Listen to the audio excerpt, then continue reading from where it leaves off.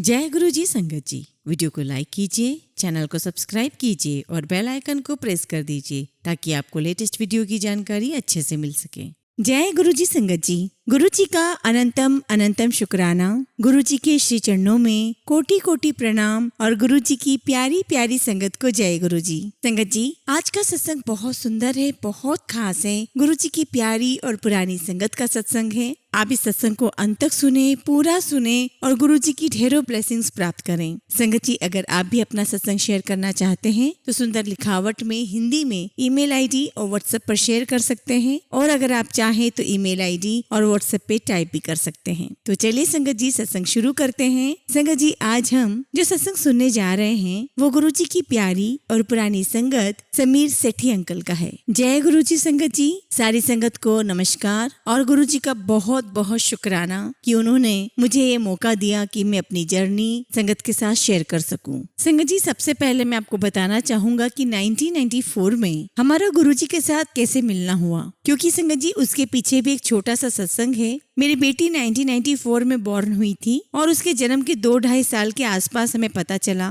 कि मेरी बेटी को कुछ प्रॉब्लम है, क्योंकि संगत जी मेरी बेटी ठीक से चल नहीं पा रही थी, बोल नहीं पा रही थी और हमें उसके अंदर कुछ न्यूरोलॉजिकल प्रॉब्लम नजर आ रही थी। अब संगत जी, हमने 1996 तक तो हमने उसको देखते रहे, ऑब्जर्व करते रहे और फिर हम लोग इधर उधर भागते रहे। डॉक्टर्स के पास हमारा जाना शुरू हुआ और हमने पूरी कोशिश की डॉक्टर्स के पास जाकर कि उसका कोई डायग्नोज मिल जाए और हमें समझ में आ जाए कि उसे क्या प्रॉब्लम आ रही है। संगत जी, इंडिया में कोई ऐसा हॉस्पिटल नहीं होगा या कोई डॉक्टर ऐसा नहीं होगा जो हमने छोड़ा हो। हमें जिस किसी ने भी जिस भी डॉक्टर के बारे में बोला, थोड़ी सी भी होप दिखाई, हम तुरंत वहां दौड़े चले जाते थे। हमने बाहर अमेरिका में, इंग्लैंड में भी बहुत कोशिश की कि हमें किसी भी प्रकार से कोई स्पेसिफिक डायग्नोज उसका मिल जाए। हम समझ ही नहीं पा रहे थे कि बेटी को प्रॉब्लम क्या है और वो क्यों नहीं चल पा रही है। संगत जी, जब आपको कोई सोल्यूशन नहीं मिलता, कोई रास्ता नहीं मिलता, तो हम लोग मेडिकल साइंस से परे होकर उसका कोई सोल्यूशन ढूंढना शुरू कर देते हैं। और संगत जी, हमारे साथ भी वही हुआ। हम सब लोग बहुत से मंदिर, बहुत सी दरगाह, चर्च, कोई भी हमें जो भी कुछ कहता हम वहां दौड़े चले जाते थे। कोई कहता पूजा करो, कोई कहता मंत्र करो।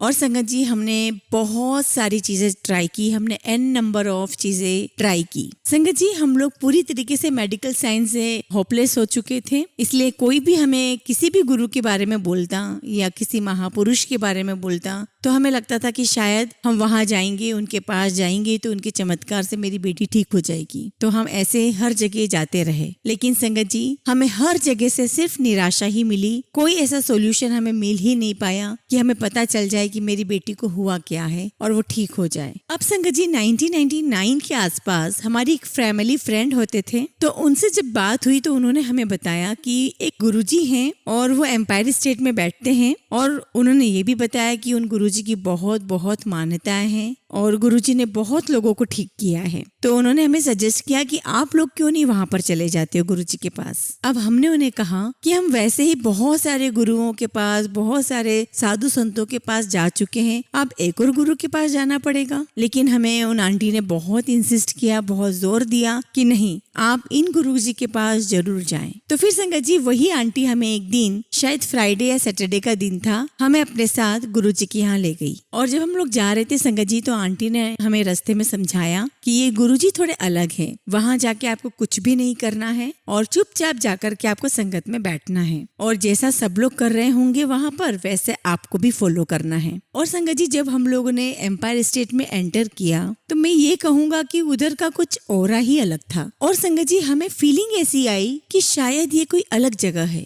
लेकिन संगत जी हमें फिर भी समझ में नहीं आ रहा था कि वहाँ पर क्या हो रहा है और सब लोग जो बैठे हुए हैं वो कर क्या रहे हैं। क्योंकि संगत जी जैसे ही हम लोग अंदर गए, आंटी गई और आंटी ने गुरुजी को मत्था टेका और हम भी उनके पीछे पीछे गए और हमने भी गुरुजी को मत्था टेका, और बेटी भी हमारे साथ में थी तो उसे भी हमने किसी भी तरीके से मत्था टिकवाया। और जैसे सारी संगत बैठी हुई थी हम भी जाकर के बैठ गए। अब संगत जी हमें समझ ही ना आए, वहाँ पे शब्द चल रहे थे, गुरुजी अपने सिंहासन पर बैठे हुए थे और बाकी सब लोग शांत होकर शब्द सुन रहे थे। अब संगत जी पिछले जो हमारे एक्सपीरियंसेस थे उसके अनुभव से हमें लग रहा था कि अभी शब्द खत्म होंगे होंगे और गुरुजी अब कुछ किसी भी प्रकार की पूजा पाठ हमें बताएंगे या फिर कोई ऐसी चीज जो नॉर्मल प्रैक्टिस में होता है वैसा करेंगे। लेकिन संगत जी ऐसा कुछ भी नहीं हुआ। सब लोग बैठे रहे, चाय प्रसाद आई, समोसा प्रसाद आया, हमें बोला गया कि खा लो और जब हमने खाया तो बहुत मिर्ची लगी पर हमने चुपचाप उसे फिनिश किया और आंटी हमें कहे जा रही थी कि चुप करके खा लो और जो जो जैसा सब लोग कर रहे हैं वैसा आपको फॉलो करना है। फिर थोड़ी देर बाद हम लोगों ने लंगर प्रसाद किया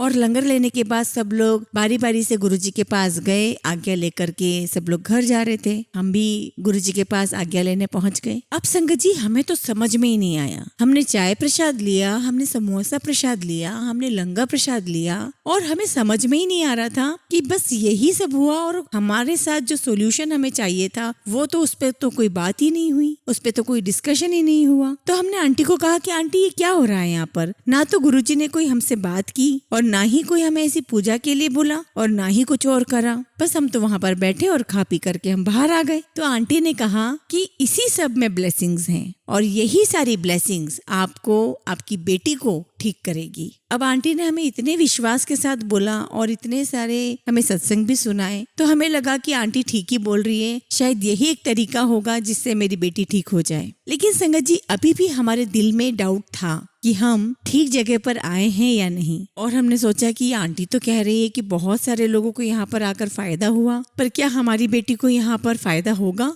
वो ठीक होगी? बस फिर आंटी ने हमें कहा कि आप जब भी यहाँ आ सकते हो तो आप हफ्ते में 2 बार 3 बार जरूर यहाँ आओ। अब संगत जी हमने आंटी की बात मान करके वीकेंड पर हम फ्राइडे सैटरडे को गुरुजी के पास जाना शुरू किया। अब संगत जी हम ऐसे ही जाते रहे और हमें ऐसा लगने लगा कि एक बहुत ही बड़े कोई महापुरुष बैठे हुए हैं, महात्मा बैठे हुए हैं, सारी संगत वहाँ बैठी हुई है, कोई उनके पैर दबा रहा है, कोई इनके हाथ दबा रहा है और हम लोग भी वहाँ जाते, उन्हें नमस्कार करते और बैठ जाते और फिर हम लोग चाय प्रसाद लेते, लंगर प्रसाद लेते, फिर उन्हें नमस्कार करके वापस आ जाते। और गुरुजी हमसे शुरू में बात ही नहीं करते थे, हमें बड़ा ऑड फील होता था और हमने देखा कि कई सारी संगत से गुरुजी बात किया करते थे लेकिन गुरुजी ने कभी हमसे बात ही नहीं की। खैर 2-3 हफ्ते के बाद गुरुजी ने हमें बुलाया और हमसे कहते हैं कि किथों आए हो, तो हमने बताया कि हम कहाँ से आए हैं। तो फिर गुरुजी ने कहा कि कर दे हो, तो मैंने कहा कि गुरुजी मेरा ड्राई फ्रूट्स का बिजनेस है और मैं पुरानी दिल्ली में मेरी दुकान है और मैं उसी बिजनेस करता हूँ। तो गुरुजी मुझे कहते हैं अच्छा तो मेरा टेस्ट लेने आए हो। और संगत जी एक्चुअली उस टाइम पर हमारे दिमाग में वही बात चल रही थी कि हम सही जगह आए भी हैं या नहीं और हम सोच रहे थे कि इधर आकर के हमें बहुत अच्छा लगता है, बहुत सुकून मिलता है, शांति मिलती है, बहुत अच्छी फीलिंग आती है, लेकिन क्या ये फीलिंग मेरी बेटी को फायदा देगी या नहीं। और संगत जी दिमाग में हमारे यही बात चल रही थी, यही डाउट चल रहा था और गुरुजी ने हमारे मुंह पर कह दिया कि मेरा टेस्ट लेने आए हो। अब संगत जी हम लोग तो बिल्कुल चुप। अब संगत जी मेरी थोड़ी हंसी निकल गई, मैंने कहा कि नहीं गुरुजी ऐसी कोई बात नहीं है, मुझे पूरा विश्वास है कि हम अपनी बेटी को यहाँ ला रहे हैं तो आप उसका कल्याण जरूर करेंगे। तो गुरुजी कहते हैं अच्छा चंगा है तुसी आंदे रिया करो लेकिन बेटी को रोज रोज लाने की जरूरत नहीं है। और संगत जी बस हम गुरुजी से आज्ञा लेकर के बाहर आए और बाहर आके हमने तुरंत आंटी को फोन लगाया और हमने कहा कि आंटी आज ऐसा ऐसा हुआ है, गुरुजी से बात हुई है और हमने ये भी बताया कि गुरुजी ने कहा है कि तुसी आंदे रिया करो और बेटी को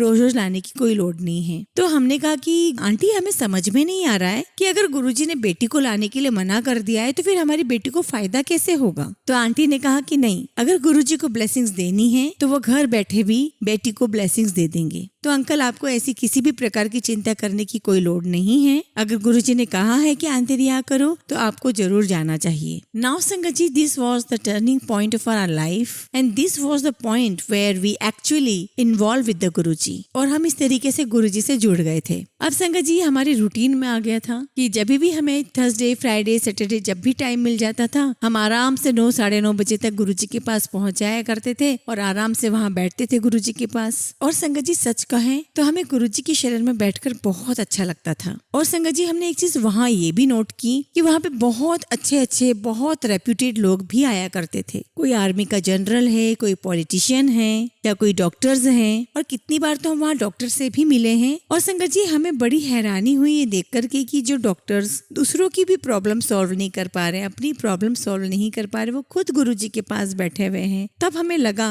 कि जो चीज डॉक्टर्स के पास भी नहीं है, जो बात बात डॉक्टर के हाथ में भी नहीं है तो जरूर गुरुजी में कुछ बात है कि वो सारी प्रॉब्लम सॉल्व कर देते हैं। और संगत जी ये सब देख करके हमारे अंदर एक बहुत ज्यादा कॉन्फिडेंस आ गया कि हम अब बहुत सही जगह पर आए हैं, बिल्कुल ठीक जगह पर आए हैं। और अगर हमारी बेटी को अब कोई फायदा दिला सकता है, ठीक कर सकता है, तो वो सिर्फ गुरुजी हैं। अब सबसे बड़े आश्चर्य की बात जो हमें लगी वो ये थी संगत जी कि वहाँ किसी भी प्रकार की कोई पूजा नहीं, कोई रिचुअल नहीं, बस आप वहाँ जाओ, वहाँ पर जाओ, शांति से बैठो, शब्द सुनो, चाय प्रसाद पियो, लंगर चखो और गुरुजी के चरणों में बैठ करके शब्द कीर्तन सुनो। और वहाँ पर ये सब करके बहुत बहुत अच्छा लगता था। इतनी अच्छी फीलिंग्स आती थी संगत जी कि दिल ही नहीं करता था कि वहाँ से उठकर आ जाएं। और संगत जी आपने कई सत्संग में सुना होगा और ये बात सच है कि जब गुरुजी अपने आसन पर बैठे हुआ करते थे और संगत जब बैठी होती थी तो कई बार गुरुजी से नजरें चुराया करते थे। और हम भी गुरुजी से नजरें चुराने लगे कि कहीं गुरुजी से आई कांटेक्ट हो गया तो ऐसा ना बोल दे गुरुजी कि चलो भाई हो गया तुम्हारा, अब घर जाओ। क्योंकि संगत जी वहाँ से आने का मन ही नहीं करता था। और संगत जी सारी संगत नीचे आंखें करके बैठती थी कि कहीं गुरुजी हमें घर जाने की आज्ञा ना दे दे।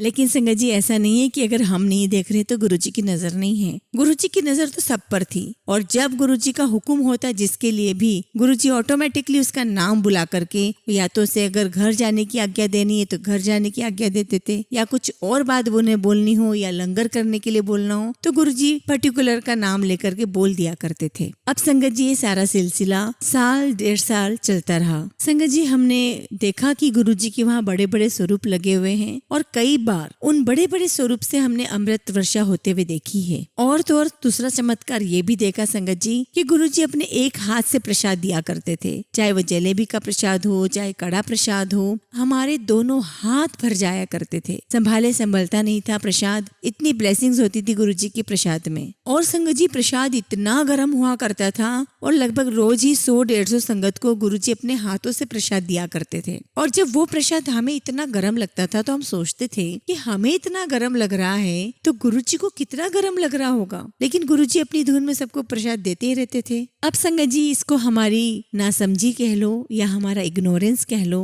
कि गुरुजी जो हमारे सामने एक अवतार के रूप में आए थे, हम उनकी पावर को, हम उनको समझ ही नहीं पाए। संगत जी हमें इस बात का इल्म ही नहीं हुआ कि जो आज हमारे सामने बैठे हुए हैं, जो अपने हाथों से हमें प्रसाद दे रहे हैं, वो खुद साक्षात भगवान है। हम नहीं समझ पाए संगत जी कि गुरुजी एक्चुअली शिव जी का अवतार है। लेकिन संगत जी हमें एक फीलिंग तो जरूर आ गई थी कि ये जो बैठे हैं ये बहुत बड़े महापुरुष हैं, महासंत हैं और इनके पास बहुत शक्तियां हैं और इन्हीं शक्तियों से ये हमारा कल्याण करने यहाँ आए हैं। और कई बार हमने देखा कि अचानक ही गुरुजी किसी भी संगत को उठा करके कहते थे कि अच्छा चलो फलाना उठो और सत्संग करो। और संगत जी सत्संग सुन करके हम हैरान हो जाया करते थे कि किस प्रकार गुरुजी ने लोगों को, किस हद तक गुरुजी ने लोगों का कल्याण किया है, किस प्रकार से गुरुजी ने संगत की बड़ी बड़ी बीमारियां दूर की हैं, बड़े बड़े कष्ट उनके काटे हैं और उन सबको गुरुजी ने ठीक किया है। और संगत जी वही कॉन्फिडेंस और वही विश्वास हमारा और अटल बन रहा था और पक्का होता जा रहा था कि हम हर हफ्ते गुरुजी के पास आएं और उनकी ब्लेसिंग्स लें। अब संगत जी हमें अपनी बेटी के सिलसिले में एक डॉक्टर मिले जो बेंगलोर में रहते थे और उन्होंने हमें बताया कि उनका एक बेंगलोर में सेंटर है। तो उन्होंने हमें कहा कि अगर आप अपनी बेटी को लेकर आते हो तो वहाँ पर उसकी थेरेपीज होगी प्लस उसकी असेसमेंट भी होगी वहाँ पर। तो उन्होंने कहा कि हो सकता है कि आपको वहाँ पे कोई राह दिख जाए। तो संगत जी 2000 के आसपास हम लोग बेंगलोर शिफ्ट हो गए टेम्पररी। संगत जी मेरी वाइफ और बेटी और उसकी नानी शुरुआत में वो चले गए बेंगलोर, फिर बाद में मेरी मदर भी चली गई। और संगत जी इस प्रकार से साल 1.5 साल वो लोग वहीं बेंगलोर में रहे, वहाँ उसकी थेरेपी हुई और उसको फायदा भी हुआ। इससे एक बात तो क्लियर हो गई संगत जी कि हमारी बेटी को न्यूरोलॉजिकल प्रॉब्लम है जिसका फिलहाल में कोई इलाज नहीं है। तो हमें ये चीज क्लियर हो गई थी कि अगर हम किसी और डॉक्टर के पास भी ले जाएंगे, चाहे वो इंडिया में हो चाहे बाहर हो, मेरी बेटी को कोई खास फायदा होने वाला नहीं है। अब संगत जी बेंगलोर जाना, जो हमारा गुरुजी के साथ कनेक्शन बना, उस कनेक्शन में ये ब्रेक आ गया था। हम 2000 में बेंगलोर चले गए और 2002 में हम वापस आ गए और संगत जी हम फिर दोबारा गुरुजी से रिकनेक्ट नहीं कर पाए। संगत जी ये गुरुजी की ही आज्ञा थी, ये गुरुजी का ही हुक्म था कि इस प्रकार का एक ब्रेक आना था। संगत जी एक दिन मैं अपनी बेटी को गार्डन में घुमाने ले गया। अचानक वहाँ पर एक आंटी आई और मुझसे कहती है कि आपकी बेटी को क्या प्रॉब्लम है, क्या इसे चलने में प्रॉब्लम है? तो मैंने कहा हाँ आंटी इसे चलने में में प्रॉब्लम है। तो मैंने कहा कि चल नहीं सकती है, ये बोल नहीं सकती है, इसको काफी सारे न्यूरोलॉजिकल इश्यूज हैं। तो वो आंटी कहती है कि एक काम करो, यहाँ एम्पायर स्टेट में गुरुजी हैं जो पहले यहाँ बैठा करते थे, अब उन्होंने मंदिर बनाया है, अब गुरुजी छतरपुर में बड़े मंदिर में रहते हैं, आप ऐसा क्यों नहीं करते कि आप अपनी बेटी को उनके पास ले जाओ। तो मैंने कहा कि आप किन गुरुजी की बात कर रहे हो। तो वो कहती है कि वो पंजाब के हैं और पहले एम्पायर स्टेट में बैठते थे। तो मैंने कहा कि उनके पास तो हम बहुत बार गए, करीब साल 1.5 साल गए हैं। तो वो लेडी कहती है अच्छा आप जानते हो, आप मिले हो गुरुजी से। तो मैंने कहा कि उस टाइम पे जब हम जाया करते थे तब बड़ा मंदिर बन रहा था, तो हमें गुरुजी कई बार बड़ा मंदिर भी लेकर के गए हैं। तो आंटी कहती कि अच्छा गुरुजी आपको बड़े मंदिर भी लेके गए। बल्कि हाँ जी गुरुजी ले गए हैं। संगत जी जब हम लोग एम्पायर स्टेट में गुरुजी के पास जाया करते थे तो गुरुजी अचानक ही बोल दिया करते थे संगत को कि चलो सब बड़े मंदिर चलेंगे। तो जब हम गुरुजी के साथ बड़े मंदिर जाया करते थे तो संगत जी उस टाइम पे इतना डेवलपमेंट नहीं था, पूरा ग्रीन बेल्ट था, पूरा जंगल जंगल था। तो हमने गुरुजी को कहा कि गुरुजी आपने कहाँ जगह ले ली है, पूरा जंगल है ये तो गुरुजी हंसकर कहते कि तुसी देखना इथे ना लाइना लग जानी है, यहाँ इतना रश होगा कि यहाँ पैर रखने की भी जगह नहीं होगी। और संगत जी आप सब लोग देख सकते हैं कि बड़े मंदिर का क्या हाल है, वहाँ एक्चुअली लाइनें लग रही है। और संगत जी हमने यह भी सुना कि जब बड़े मंदिर का काम चल रहा था तो बहुत जंगल का इलाका था, और जब वहाँ जो मजदूर लगे हुए थे काम करने के लिए, और वो जैसे ही झाड़ियाँ काटते वहाँ बहुत सारे सांप निकलते और अब मजदूर डर डर के भागने लगे। तो जो रघुबीर अंकल है जो गुरुजी के बहुत करीब थे, वो सारा काम देखा करते थे। तो उन्होंने गुरुजी को कहा कि गुरुजी यहाँ पे तो झाड़ियाँ काटते ही बहुत सारे सांप निकल रहे हैं और मजदूर डर डर के भाग रहे हैं, ऐसे तो काम हमारा हो नहीं पाएगा। तो गुरुजी ने कहा कि ठीक है तुम चिंता मत करो, मैं सब देख लूंगा। और संगत जी वो दिन का दिन है, रघुबीर अंकल बताते हैं कि उस दिन के बाद से एक भी सांप कभी नहीं निकला। तो संगत जी ये सारी गुरुजी की महिमा है, ये सारे गुरुजी की पावर है जो उन्होंने अपने हाथ में कंट्रोल किया हुआ था। तो संगत जी जब 2008 में उन आंटी से हमारी बातचीत हुई और उन्होंने गुरुजी के बारे में बताया तो हम दोबारा गुरुजी से रिकनेक्ट हुए और फिर से हमने गुरुजी के पास जाना शुरू कर दिया। लेकिन संगत जी हमारे मन में एक बात जरूर आई, क्योंकि उस टाइम तक गुरुजी ने अपना चोला छोड़ दिया था, तो हमारे मन में आया कि अब गुरुजी अपने फिजिकल फॉर्म में नहीं है, तो अब कैसे गुरुजी की ब्लेसिंग्स मिलेंगी, कैसे हमारी बेटी ठीक होगी और किस प्रकार से सारी चीजें चल रही होंगी। लेकिन संगत जी हमारा जो पहला विजिट बड़े मंदिर में हुआ, उस पहले विजिट में ही हमारे सारे डाउट क्लियर हो गए। हमें बिल्कुल भी ऐसी कोई फीलिंग ही नहीं आई कि गुरुजी अपने फिजिकल फॉर्म में नहीं है। वही सेम फीलिंग, वही सेम ऑरा, वही सेम कॉन्फिडेंस जो छोटे मंदिर में हमारा हुआ करता था, सब जगह संगत जी हमें एक ही फीलिंग आई कि यहाँ पर गुरुजी आज भी विराजमान है। संगत जी गुरुजी की मेहर पूरी फैमिली पर, हमारी पूरी फैमिली पर शुरू से रही है, शुरू से। संगत जी 2014 में मैंने अपना बिजनेस थोड़ा शिफ्ट किया, मैं एक फॉरेन कंपनी के साथ काम करना शुरू किया मैंने, और 2014 में ही मुझे इनकम टैक्स की एक प्रॉब्लम आना शुरू हो गई। और 2014 में हमें एक नोटिस आया इनकम टैक्स डिपार्टमेंट से कि आप यहाँ पर आकर के एक्सप्लेन करें कि ये जो आपके फॉरेन कंपनी से जो आपके इनकम आई है तो किस अकाउंट से आई है और किस अकाउंट में गई है, और सबका ट्रांजैक्शन आप एक्सप्लेन करें। अब संगत जी मुझे लगा कि ये बड़ा नॉर्मल रूटीन सा कोई काम होगा, और मेरे साथ मेरा अकाउंटेंट गया, और जब हमने इनकम टैक्स ऑफिसर को जब एक्सप्लेन किया तो संगत जी वो तो सुनने को तैयार ही ना हो। वो तो इसी बात पे अड़ गया कि आपने तो कुछ गड़बड़ की है, इसमें तो कुछ घोटाला है, आपने तो कोई फ्रॉड किया हुआ है, और हमें तो लग रहा है कि ये हवाला का पेमेंट है। मैंने कहा कि मुझे तो कंपनी से रेमिटेंस आई है, बैंक के थ्रू रेमिटेंस आई है, आप मेरे को किस तरीके से ये ब्लेम कर सकते हैं। वो मेरी कोई बात सुनने को तैयार ही नहीं हुआ। तो वो कहने लगा कि नहीं मैं तो पूरी सारी इन्वेस्टिगेशन करूंगा। मैंने कहा कर लीजिए आप सारी इन्वेस्टिगेशन करें, और मैंने कहा कि मेरा सब कुछ क्लियर है, मैंने कुछ भी गलत काम नहीं करा और मुझे किसी भी बात का डर नहीं है। अब संगत जी ये जो इनकम टैक्स ऑफिसर था इसने मुझे बहुत परेशान किया। हर दिन मुझे अपने ऑफिस में बुला लेता, अब मुझे बोलता है कि ये दिखाओ वो दिखाओ, इसका हिसाब दो। संगत जी इतनी चीजें उसने पूछी, इतनी चीजें पूछी कि 15 दिन के अंदर उसने मेरी हालत खराब कर दी। अब संगत जी मेरा सीए मेरे साथ में था, तो उसे एक फीलिंग आई और उसने मुझे कहा कि समीर मुझे समझ में नहीं आ रहा, मैंने भी इससे बड़े बड़े केसेस स्क्रूटनी में लिए हैं, सॉल्व किए हैं, ये तो कुछ खास ही है, पता नहीं लग रहा है कि शायद इसको किसी ने इसको शिकायत की है या कोई बदला ले रहा है, कुछ इस प्रकार की मुझे फीलिंग आ रही है कि इतना परेशान तो कोई भी नहीं करता। तो मैंने कहा कि अब क्या करें, फंस तो गए हैं। तो सीए बोलता कि नहीं अब तो कुछ भी नहीं कर सकते, सॉल्व तो करना पड़ेगा, जो ये मांगता रहेगा वो हमें देना पड़ेगा। तो मैंने कहा कि कोई बात नहीं, जब मैंने कोई गलत काम किया ही नहीं है तो मुझे डरने की क्या जरूरत है। हाँ, ये जरूर है कि इसने मुझे बहुत परेशान कर दिया, इसने मेरी रातों की नींद हराम कर दी है। अब संगत जी, जब पानी सर के ऊपर से निकल गया तो मैं बहुत मायूस हो गया और मैं गुरुजी के स्वरूप के सामने बैठा और मैंने अरदास की कि गुरुजी, मुझे नहीं पता कि ये बंदा क्या कर रहा है और ये बंदा है कौन और ये कहाँ से आया और ये मेरे साथ इतनी दुश्मनी क्यों निभा रहा है। और गुरुजी, इसने 15 दिन में मुझे इतना परेशान कर दिया है कि अब मुझसे सहा नहीं जा रहा है। अब गुरुजी, आप ही कुछ चमत्कार करो और इसे समझाओ, ये मेरा पीछा छोड़े और मेरा सारा काम ठीक कर दे।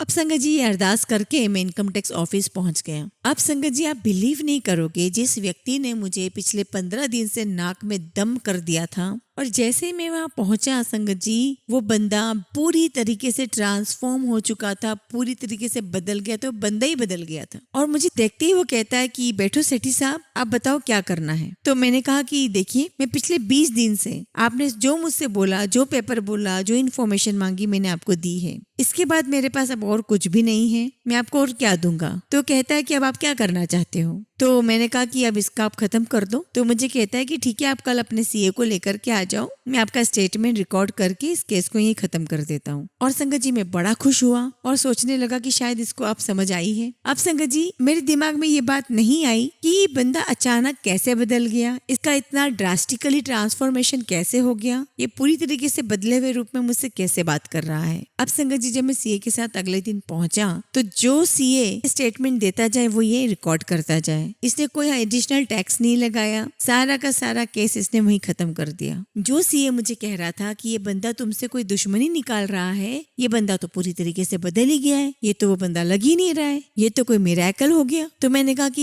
ये मिरेकल मुझे पता है कि किसने किया है। मैंने कहा कि ये मिरेकल और किसी ने नहीं, ये मिरेकल मेरे गुरुजी ने किया है। गुरुजी ने देखा कि मेरे ऊपर विपदा आई है तो गुरुजी ने सारी की सारी प्रॉब्लम एक चुटकी में खत्म कर दी है। और जो एक्चुअल फैक्ट है उसी फैक्ट के ऊपर, उसी फैक्ट के बेसिस पर उसने केस खारिज किया। और संगत जी, उसी दिन घर वापस आकर के मैं गुरुजी के चरणों के पास बैठ गया। मेरे एक्चुअली आंखों से आंसू निकल रहे थे। गुरुजी मेरे पिता नहीं है, लेकिन आज आपने मेरे पिता से भी बढ़कर वो कर दिया है। आपने मेरा हाथ पकड़ के मुझे इस प्रॉब्लम से बाहर निकाल लिया है। ये काम और कोई नहीं कर सकता गुरुजी, सिर्फ ये काम एक गुरु ही मेरे वास्ते कर सकता है। एक छोटा सत्संग और सुनाना चाहता हूँ संगत जी। मेरी मदर और एक छोटी सिस्टर बॉम्बे रहती है, तो जब भी गर्मियों की छुट्टियां होती है तो हम उनके पास चले जाते हैं। अभी कोविड के पहले की बात है, मेरी मदर अपनी सिस्टर यानी कि मेरी मौसी के साथ ही वहीं थी। तो शाम को वो दोनों बिल्डिंग के नीचे जो कंपाउंड है वहां पर वो सैर कर रही थी। संगत जी, सुनने वाली बात है कि गुरुजी ने किस प्रकार से पूरे परिवार को ब्लेस किया है, पूरे परिवार को प्रोटेक्शन दिया है। तो मेरी मदर बिल्डिंग के नीचे जो कंपाउंड है वहाँ सैर कर रही थी। तो अचानक से एक बंदा वहां पर मेरी मम्मी के पास आता है और कहता है कि आंटी, आप सैर कर रहे हो तो आप आगे जब जाओ तो ध्यान रखना, आगे कांच गिर रहा है। तो मेरी मम्मी बड़ी हैरान हुई और उसने कहा कि तुम्हें कैसे पता कि आगे कांच गिर रहा है। तो कहता है कि नहीं, उधर काम हो रहा है ना, तो उधर से कांच गिर रहा है। तो मेरी मदर कहती कि कहाँ गिर रहा है, मुझे तो यहाँ से कुछ भी नजर नहीं आ रहा है। और संगत जी, बस इतनी सी बात हुई और मेरी मदर ने पीछे मुड़ के देखा तो बंदा गायब, वहाँ वो बंदा था ही नहीं। तो मेरी मदर को लगा कि शायद किसी ने मेरे साथ मजाक किया है कि यहाँ पे कोई कांच गिर रहा है, लेकिन मेरी मदर को वहां से कुछ दिख ही नहीं रहा था कि कहाँ कांच गिर रहा है। अब संगत जी, मेरी मदर वहां खड़े होकर ऐसा सोच ही रही थी कि मुझे तो कोई कांच गिरता हुआ नजर ही नहीं आ रहा है। उसी समय पूरा के पूरा एक बहुत बड़ा शीशा ऊपर से बिल्डिंग से नीचे आकर के धड़ाम से गिरा। और जैसे वो गिरा मेरी मदर बहुत तेज घबरा गई कि ये क्या हो गया। और घबरा कर मेरी माँ कहती है कि ये बंदा अभी मुझे कह करके गया कि कांच गिरेगा, पर इसको कैसे पता कि ये कांच यहीं से और अभी गिरेगा। तो तुरंत मेरी मदर ने सिक्योरिटी गार्ड को बुलाया कि ये क्या हो रहा है और ये ऊपर से कांच कैसे गिर रहा है। यहाँ पे लोग सैर कर रहे हैं, बच्चे लोग खेल रहे हैं, किसी के ऊपर गिर गया और किसी को बहुत बड़ी कुछ लग गई तो बहुत खतरनाक हो जाएगा। और इन लोगों ने उस बंदे को भी ढूंढने की बहुत कोशिश की कि वो बंदा कौन था, पर इनको वो बंदा मिला ही नहीं। तो मदर ने मुझे तुरंत इमीडिएटली मुझे फोन किया और ये सारी बातें बताई। तो मैंने कहा कि तुम्हें और किसी ने नहीं, साक्षात गुरुजी ने आकर ही प्रोटेक्ट किया है। ये गुरुजी तुम्हारे साथ जिन्होंने आकर करके तुम्हारी रक्षा की है। और संगत जी, इस प्रकार का प्रोटेक्शन, इस प्रकार की सुरक्षा और कोई नहीं कर सकता, ये सिर्फ हमारे गुरुजी ही कर सकते हैं। संगत जी, मैं एक सत्संग और शेयर करूंगा जो मार्च 21 में मेरी वाइफ के साथ हुआ। एक दिन सडनली, फरवरी का टाइम था, थोड़ी थोड़ी ठंड हो रही थी, अचानक मेरी वाइफ को बैक में दर्द शुरू हुआ और वो पेन इतना था, इतना जबरदस्त पेन था कि उससे वो पेन सहन ही नहीं हो रहा था। उसे टेबलेट दी गई, पेन किलर दिया गया, लेकिन उसे कोई फर्क ही नहीं पड़ रहा था। तो डॉक्टर ने कहा कि अगर आपको इतना दर्द है तो मैं आपको एक इंजेक्शन और टैबलेट्स बता देता हूँ, आपको दर्द में फर्क आ जाएगा। और जो डॉक्टर ने हमें इंजेक्शन बताया वो हमने कंपाउंडर को बुला करके वाइफ को इंजेक्शन लगवा दिया। और संगत जी, उस इंजेक्शन से मेरी वाइफ को लगभग 1 घंटे तक दर्द महसूस नहीं हुआ और जैसे ही 1 घंटा खत्म हुआ, 1-1.5 घंटा, और वो दर्द पूरी तरीके से फिर से शुरू हो गया। और संगत जी, मेरी वाइफ बहुत रोए कि मेरी तो जान निकली जा रही है, तो उसे तो कुछ करो। डॉक्टर को फोन लगाया तो डॉक्टर कहता है कि आज तो संडे है, मैं आ नहीं सकता, अगर आप कल कहोगे तो मैं कल आ जाऊंगा मंडे को। तो जो हमारा फैमिली डॉक्टर था संगत जी, वो कहता है कि मैं कल आ जाऊंगा। तो संगत जी, हमने डॉक्टर को फोन किया तो डॉक्टर ने कहा कि उसको इंजेक्शन और पेन किलर एक और दे दो। तो संगत जी, हमने शाम को पेन किलर और इंजेक्शन एक और दे दिया। अब संगत जी, इंजेक्शन और दवाई देने के बावजूद भी थोड़ा बहुत असर रहा और फिर दर्द शुरू हो गया और ये सारी रात जागती रही। और संगत जी, सुबह हमने इसको एक और पेन किलर का इंजेक्शन दिया और हम लोग डॉक्टर के पास पहुंच गए। डॉक्टर ने कहा कि ये मेरी प्रॉब्लम है और ये मेरी समझ से बाहर रह गया, आपको किसी ऑर्थोपेडिक को दिखाना चाहिए। तो हम तुरंत ऑर्थोपेडिक के पास गए तो ऑर्थोपेडिक ने कहा कि आपको एमआरआई करना होगा, उसके बिना पता नहीं चलेगा कि किस वजह से इतना दर्द आ रहा है। अब संगत जी, हम उस टाइम तो घर आ गए कि हमें एमआरआई की अपॉइंटमेंट नहीं मिली। और संगत जी, अगले 2-3 दिन इसका इसी तरीके से चलता रहा। हम इसको पेन किलर का इंजेक्शन देते रहे, अपॉइंटमेंट लेने की कोशिश करते रहे, लेकिन इसका एमआरआई का प्रोग्राम नहीं बन सका। लेकिन संगत जी, बाद में हमारे एमआरआई का अपॉइंटमेंट भी हो गया और एमआरआई भी हो गई। तो संगत जी, जब हमने एमआरआई डॉक्टर को दिखाया तो डॉक्टर ने कहा कि इनके स्पाइन के बीच में कोई फ्लूइड आ गया है और वो फ्लूइड वहीं अकोमोडेट हो गया है, वहीं जम गया है। संगत जी, ये देखने वाली बात है कि गुरुजी ने किस प्रकार से हम पर कृपा की और हमें उस प्रॉब्लम से बाहर निकाला।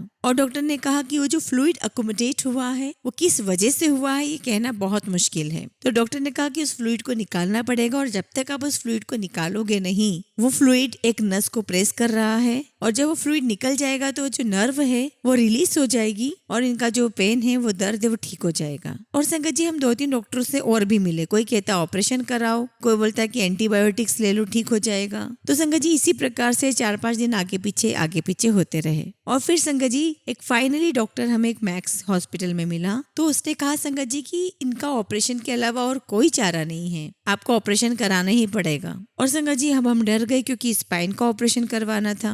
अब मैंने गुरुजी से अरदास की और वाइफ को हम हॉस्पिटल ले गए। तो संगत जी, हमने इसको एडमिट करा और अगले दिन इसका ऑपरेशन हुआ और उसके अगले दिन डॉक्टर ने छुट्टी भी दे दी। और संगत जी, जब गुरुजी की ब्लेसिंग्स आ गई तो सब कुछ काम इतना स्मूथली हो गया, डॉक्टर भी मिल गया, ऑपरेशन भी हो गया, बेड भी मिल गया और सब कुछ हो गया। तो बस संगत जी, ऐसे ही हम लोग ऑपरेशन करा करके चौथे दिन हम घर वापस आ गए। तो संगत जी, जब हम घर आ गए तो मेरी एक फ्रेंड थी, उससे मेरी बातचीत हुई और उसने मुझसे पूछा कि क्या हुआ है। तो मैंने बताया कि वाइफ का मैंने स्पाइन का ऑपरेशन करवाया है। तो मेरी फ्रेंड कहने लगी कि समीर, तू तो बड़ा लकी है, तेरा काम तो बड़ा अच्छा हो गया है। तो मैंने उससे पूछा कि क्यों, ऐसा क्यों बोल रही हो। तो कहने लगी कि ऐसे ही मेरी फैमिली में एक मेंबर को ऐसे ही फ्लूइड इकट्ठा हो गया था और ऐसे ऑपरेशन करवाया। तो मैंने कहा कि हमारे साथ भी ऐसे ही हुआ है। तो वो कहने लगी कि लेकिन उसको दर्द नहीं था और जब उस व्यक्ति को पता लगा और थोड़ा बहुत उसमें पेन आया तो उसने डॉक्टर को दिखाया। तो जब डॉक्टर को दिखाया तो डॉक्टर ने उसका एमआरआई करा तो एमआरआई में आया कि जो उसका फ्लूइड है वो पूरे स्पाइन में फैल चुका है और उस कंडीशन में ऑपरेशन करना भी पॉसिबल नहीं था क्योंकि वो जो फ्लूइड है वो पूरे स्पाइन में फैल चुका था और फाइनली वो जो बंदा है वो सरवाइव नहीं कर पाया। संगत जी,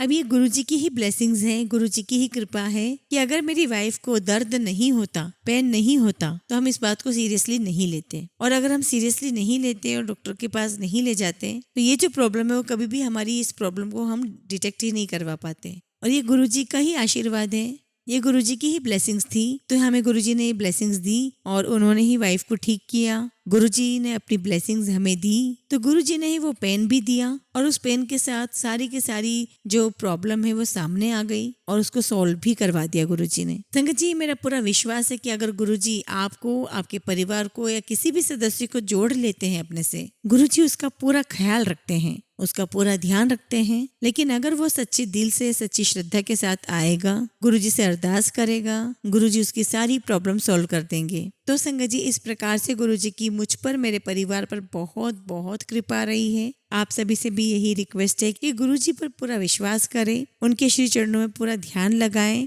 उन पर विश्वास करें, सब कुछ उन पर छोड़ दें और जैसा गुरुजी गाइड करें वैसा आप फॉलो करते जाइए। जय गुरुजी, शुक्राना गुरुजी। संगत जी, हमेशा की तरह हम अपने सत्संग का अंत एक बहुत ही खूबसूरत कहानी से करेंगे। एक राजमहल के द्वार पर बड़ी भीड़ लगी हुई थी। किसी फकीर ने सम्राट से भिक्षा मांगी थी। सम्राट ने उससे कहा, जो भी चाहते हो मांग लो। राजा का नियम था कि दिन की शुरुआत में जो भी पहला याचक आएगा उसकी सारी इच्छा वो पूरी करेंगे। उस फकीर ने अपने छोटे से भिक्षा पात्र को आगे बढ़ाया और कहा, बस इसे स्वर्ण मुद्राओं से भर दें। सम्राट ने सोचा, इससे सरल बात और क्या हो सकती है। लेकिन जब उस भिक्षा पात्र में स्वर्ण मुद्राएं डाली गई तो ज्ञात हुआ कि उसे भरना असंभव था। वह तो जादू ही था। जितनी अधिक मुद्राएं उसमें डाली गई वह उतना ही अधिक खाली होता गया। सम्राट को दुखी देखकर फकीर बोला, ना भर सके तो वैसा कह दो, मैं खाली पात्र को ही लेकर चला जाऊंगा। ज्यादा से ज्यादा इतना ही होगा कि लोग कहेंगे कि सम्राट अपना वचन पूरा नहीं कर सका।